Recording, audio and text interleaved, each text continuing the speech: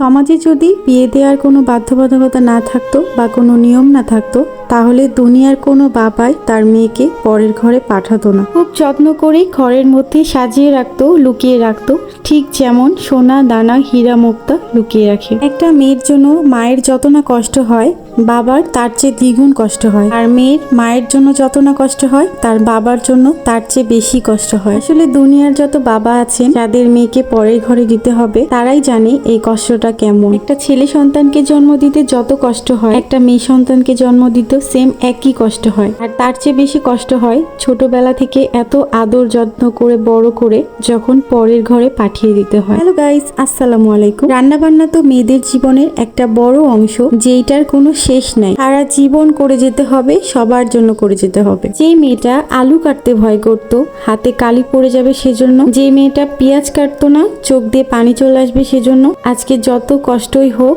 করতে হচ্ছে। শুরু থেকে আমি পেঁয়াজের ঝাঁজ একেবারে নিতে পারি না, মানে পেঁয়াজ কাটলে আমার চোখ কান নাক দিয়ে সমানে পানি চলে আসে। এবারেই পরিবর্তন হই নাই, একেবারে আগের মতোই আছি। মানে পেঁয়াজ কাটতে গেলেই আমার চোখ দিয়ে নাক দিয়ে পানি চলে আসে। বাবা মায়ের ভালোবাসা মনে হয় এমনই হয়। বাবার বাসায় যদি ঘুরতে যাই কয়েকদিনের জন্য, কোনো কাজ করতে চাইলে আমার আম্মু তো কখনোই করতে দিবে না, আর যদি পেঁয়াজ কাটতে যাই তাও করতে দিবে না। জানে যে পেঁয়াজ কাটতে গেলে আমার চোখ দিয়ে পানি চলে আসবে। আসলে মাঝে মাঝে অবাক হয়ে যাই এই বিয়ের পর নিজের এত পরিবর্তন দেখে, যে আগে কিছুই পারতাম না, কিন্তু এখন আস্তে আস্তে সবকিছুই শিখে গিয়েছি। শিখে তো অনেক কিছু গিয়েছি, কিন্তু মানুষের যে কথাগুলো শুনেছি সেগুলো তো আর ভোলার মতো না। একটা মানুষ সময়ের সাথে সাথে একেবারে পরিবর্তন হয়ে যায় এবং দক্ষ হয়ে যায়, ঠিক তেমনটাই হয়েছে। কিন্তু সেই সময় দেওয়া কষ্টগুলা কি কখনো ভোলা যায় বলেন? আর বেশিরভাগ মেয়েদের বিয়ের পর এই কথাটা বেশি শুনতে হয়, সেটা হচ্ছে বাবার বাসা থেকে কিছুই শিখিয়ে পাঠায়নি, কি শিখে এসেছো? একটা মেয়েকে